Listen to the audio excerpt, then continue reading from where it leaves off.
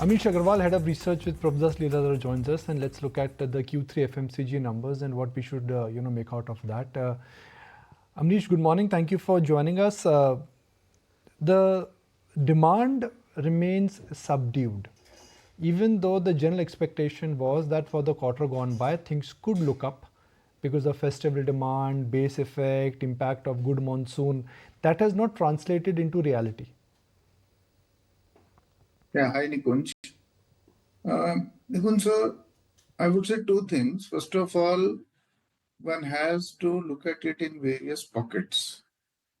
Say, for example, when it comes to festive demand or the wedding demand, then some of the discretionary segments, say, for example, jewelry, Titan today gave the update, the demand seems to be reasonably good, at least in the value terms.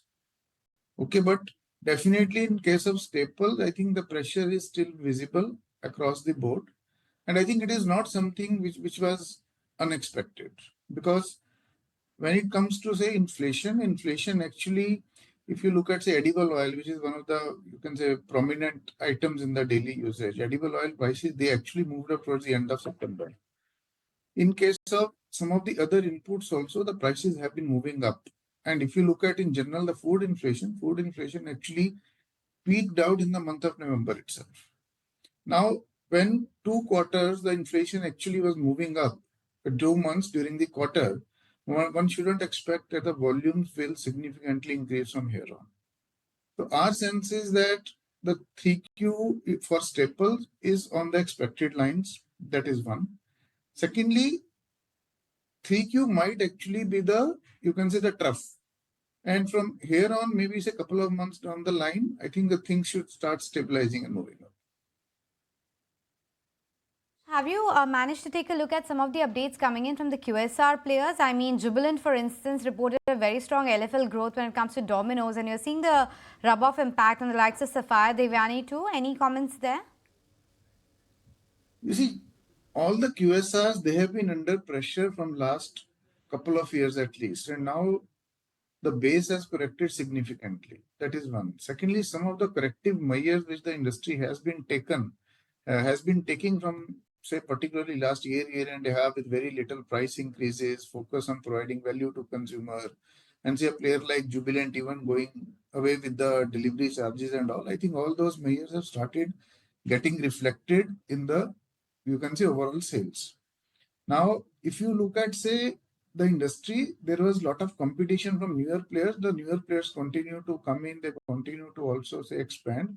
But at the same time, usually during the inflationary periods, the capacity of the new players to impact the larger established players, that actually goes down a little bit, and that is also, I think, benefits some of these companies. So I think Jubilant Food, being the largest player, it has shown definitely a momentum, and I think there is no other pizza player which is actually close to that. But definitely we expect QOQ improvement in the like-to-like growth for all the companies in the QSR space. The momentum may vary from one company to another, but definitely, and it is led by festival demand, lower base and all. But the continuity of the same in the coming quarters is something which we should watch out for. What do you have to say, Amnish, about discretionary consumption? And I ask in the backdrop of Titan's Q4 performance as well. A 24% growth in the third quarter, jewelry segment up 25%. We're, of course, seeing the rub-off on the stock price too today.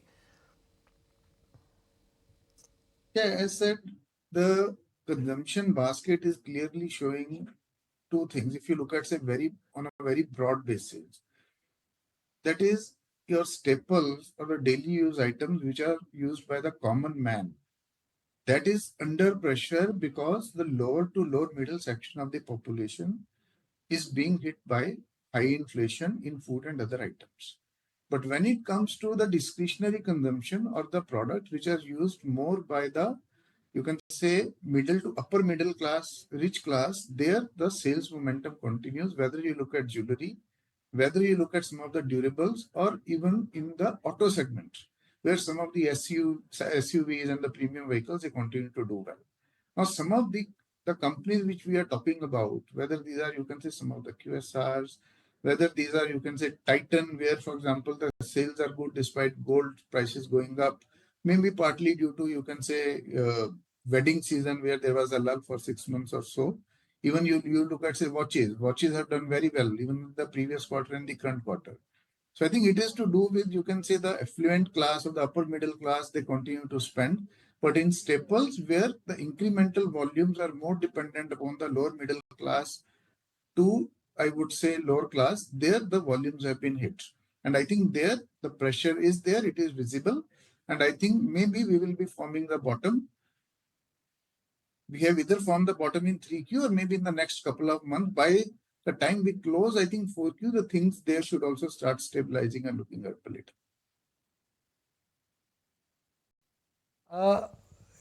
So, when do you think this entire inflation dynamics will start favoring FMCG companies, where now prices have stabilized, margins have stabilized, and once the inflation base effect will kick in, demand will also make a comeback?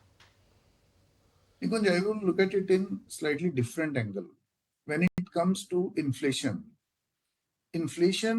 hurts the purchasing power of the consumer. Now, if you look at even the, you can say, the numbers which come from government, inflation at 10.9% peaked. After that, it has gone down last month, I think, to 9.2. It might even soften further. But the inflation expectations of RBI in the last policy, they are higher than what they used to be in the past. So the demand side, when it comes to consumer, I think it will take another quarter or so for the things to stabilize. When it comes to companies, because they are facing the impact of not only the consumer demand slowdown due to, you can say, inflation on one hand, but also because there is input cost inflation for FMCG companies, due to which FMCG companies are now increasing the prices. And that increase in the prices will also hurt consumers. It will provide price growth to the companies, which will start flowing them starting this quarter. So when it comes to the numbers of the various corporates, I think in 4Q, definitely we will see the impact of inflation coming in the realizations. On the demand side also, it will start getting reflected. But for them to start giving you, you can say, better profit growth and all, I think 4Q or maybe 1Q next year would be the right time by when it starts happening. Point taken. Just a quick last question before we let you go, and that's on the ITC hotels, the kind of value creation that you are expecting there? Yeah, Anisha, if you look at it today, I think the ITC stock is down by around 20 rupees or so when it comes to your, you can say, adjustment.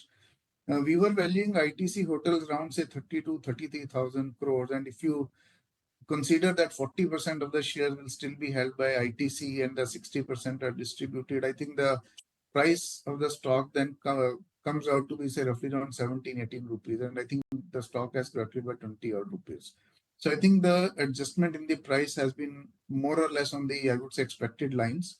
Now, if you look at ITC today trading at, say, 450 to 460 range. Now, if there is no great change in the excise duty, I think these are decent levels to buy ITC stock. Appreciate your time and glad you could join us. There is very little follow-up. If you like this video, then like, share and subscribe to ET Now.